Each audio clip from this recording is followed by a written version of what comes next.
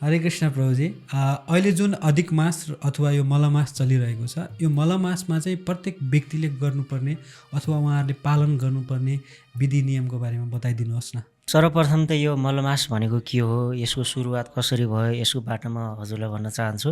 जति बेला हिरण्यकश्यपुले एउटा असुरले तपस्या गरेको थियो ब्रह्माजीको तपस्या गरिसकेपछि उसले ब्रह्माजीसँग एउटा वरदान माग्छ कि मलाई अमर हुने वरदान दिनुहोस् भनेर।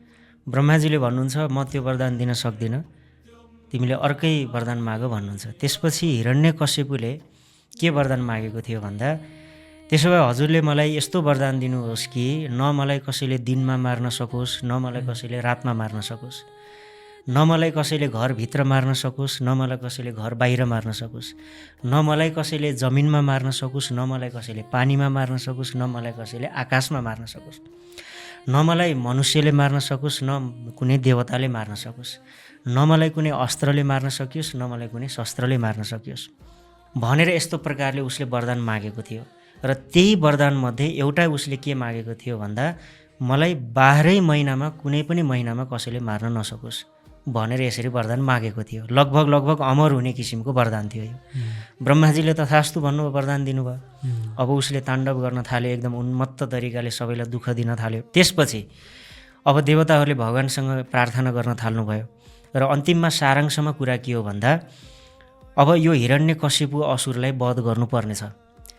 त भगवानले ब्रह्माजीले दिनुभएका सम्पूर्ण वरदानहरूको रक्षा गर्दै यस्तो अवतार धारण गर्नुभयो, जुन अवतार न भूतो न भविष्यति होइन। त्यस्तो अवतार 84 लाख प्राणीहरूमा कहीँ पनि त्यस्तो शरीर छैन। भगवान हरिले नरसिंह रूप लिएर आउनुभयो। नरसिंह भनेको उहाँको शरीर मनुष्यको जस्तो छ, तर उहाँको शिर सिंहको थियो, त्यसैले नरसिंह भनेर भनियो है। अनि त्यो हिरण्यकश्यपुलाई उसको वरदानहरू याद दिलाउँदै उहाँले के गर्नुभयो, उसलाई समातेर सन्ध्याको समयमा समातेर ढोकाको दैलोमा लगेर राख्नुभयो। किनकि उसको वरदान थियो न मलाई कसैले दिनमा मार्न सकोस् न रातमा, भनेपछि सन्ध्या भनेको न दिन हो न रात हो, दुवैको सन्धिकाल हो त्यो। त्यसैले सन्ध्याको समय थियो। अनि ढोकाको सङ्घारमा राख्नुभयो, दैलोमा। अब दैलो भनेको न बाहिर हो न भित्र हो। उसको वरदान थियो न मलाई कसैले बाहिर मार्न सकोस् न भित्र मार्न सकोस्, भनेपछि त्यो बिचमा राख्नुभयो। अनि उसलाई आफ्नो काखमा राख्नुभयो। काख भनेको न जमिन हो न पानी हो न आकाश हो, काखमा राख्नुभयो होइन। त यस्तो प्रकारले सबै वरदानहरूलाई उहाँले परिपूर्ण गर्नुभयो। र हिरण्यकश्यपुले भन्यो, होइन मैले त के पनि भनेको थिएँ भन्दा, वैशाखदेखि चैत्र महिनासम्म कुनै पनि 12 महिनामा मलाई मार्न सक्दैन भन्दाखेरि भगवानले भन्नुभयो, मूर्ख मान्छे, त्यसको पनि मैले समाधान गरेर आएको छु। म अहिले जुन महिनामा आएको छु नि, यो अधिक मास हो, यो 12 महिनामा यसको गणना हुँदैन। मैले ब्रह्माजीको वरदानको रक्षाको लागि नयाँ एउटा महिना बनाइदिएको छु, यो महिना भनेको अधिक मास हो यो भनेर यसरी भन्नुभयो। र त्यो अधिक मासमा भगवान नरसिंहदेवले हिरण्यकश्यपुको वध गर्नुभएको थियो। यसरी अधिक मासको निर्माण भयो होइन। अब यो अधिक मास जब बन्यो, त्यसपछि अब यो व्यवहारमा आयो। आइसकेपछि कर्मकाण्डमा कुशल व्यक्तिहरू, स्मार्त कर्मकाण्डी व्यक्तिहरूले विचार गरे कि यो अधिक मास जुन छ, अधिक महिना, यो महिनामा त केही पनि शुभ मुहुर्तहरू नै छैनन्। किनकि भगवानले केवल त्यो असुरको वधको लागि यो महिना बनाउनु भएको। अब बनाएर छोडिदिनु भयो उहाँले। अब यो महिनामा न कुनै विवाहको मुहुर्त छ, न गृह प्रवेशको मुहुर्त छ यसमा होइन, न कपाल मुण्डन गर्ने मुहुर्त छ, कुनै पनि संस्कारहरू गर्ने मुहुर्त नै छैन यसमा। यज्ञ गर्ने मुहुर्त पनि छैन, केही पनि छैन, उपनयन संस्कार पनि छैन, केही पनि छैन यसमा। भनेपछि यो के हो त, यो के महिना हो त यो? अब भगवानले त अधिक मास बनाए भनिदिनु भयो, तर यसमा त केही पनि छैन, यो त मल जस्तो छ, भनेको मतलब त्याज्य छ, यो केही पनि छैन। भनेपछि स्मार्तीहरूले यसलाई के भन्न थाले, मलमास भन्न थाले यसलाई होइन। उनीहरूको भाषामा यसलाई मलमास भन्यो। किन मलमास भन्यो भन्दाखेरि यसमा कुनै पनि शुभ कर्महरू गरिँदैन, कुनै पनि नैमित्तिक कर्महरू गरिँदैन। एउटा श्राद्ध कर्मको लागि छुट दिइएको छ, श्राद्ध कर्मलाई नित्य कर्ममा मानिएको छ, त्यसैले श्राद्धको लागि छुट दिइएको छ। अब चारैतिर यो मलमासको निन्दा हुन थाल्यो। अब जब मलमास आउने गर्थ्यो, त्यसपछि सबै व्यक्तिहरूले यसलाई छिछि दूर गर्न थाल्यो। अब यसमा केही पनि हुँदैन, यो त मलमास हो भनेर एकदम उसलाई अपमान हुन थाल्यो।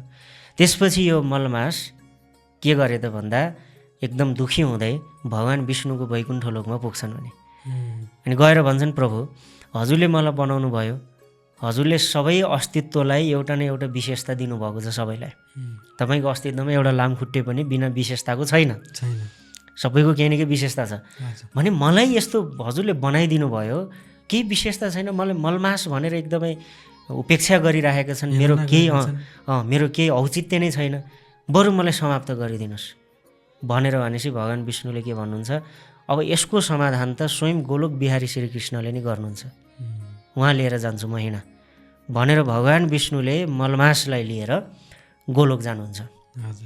अब गोलोकमा कृष्णले देख्नुहुन्छ भगवान् नारायण आउनुभएको छ, आइसकेपछि स्वागत गर्नुहुन्छ, भन्नुहुन्छ ल भन्नुहोस् प्रभु के को लागि आउनुभयो भन्दा प्रभु यो मलमास हो, निकै दुखी छ, यो यसलाई कसैले पनि सम्मान गरेनन्, यसको कुनै महत्त्व छैन, विशेषता छैन, र मैले केवल हिरण्यकशिपु असुरको वध गर्नको लागि यसको निर्माण गरेको थिएँ।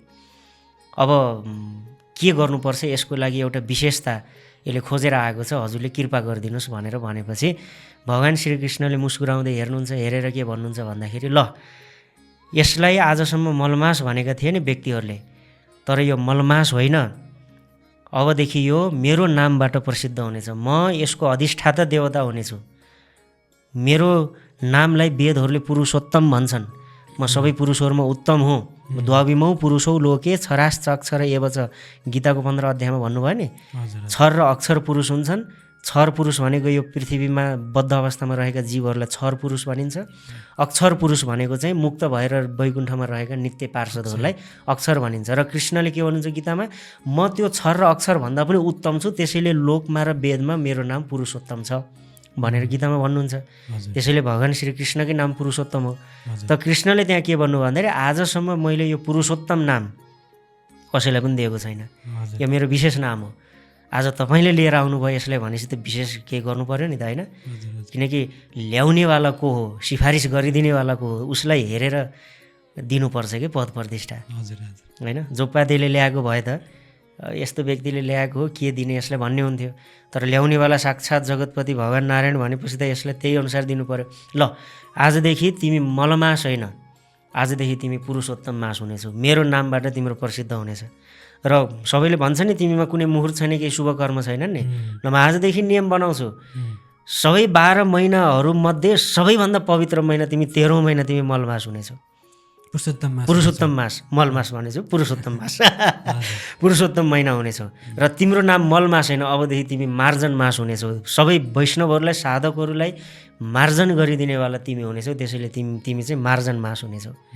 तिम्रो महिनामा कुनै पनि व्यक्तिहरूले थोरै पनि सत्कर्म गर्छन्, मेरो भक्ति गर्नेछन् भने म अक्षय तृप्त हुनेछु, तिनीहरूलाई असीम फल मैले प्रदान गर्नेछु। तिम्रो यो महिनामा अरू केही पनि गर्ने छैनन्, कसैले केही कर्मकाण्ड गर्ने पनि अब बाध्यता छैन, भनेपछि के गर्ने, केवल मेरो भजन गर्नेछन्, मेरो भक्ति मात्रै गर्ने महिना हो यो, यसको अधिष्ठाता म स्वयं हुनेछु भनेर भगवान् श्रीकृष्णले यो महत्त्व प्रदान गर्नुभयो, उसलाई महत्त्व दिनुभयो। त्यसैले उहाँले बनाउनु भयो नियम कि यो महिनामा 1 माला जप गर्नु पनि कार्तिक महिनाको 10,000 माला जप बराबर हुन्छ कि।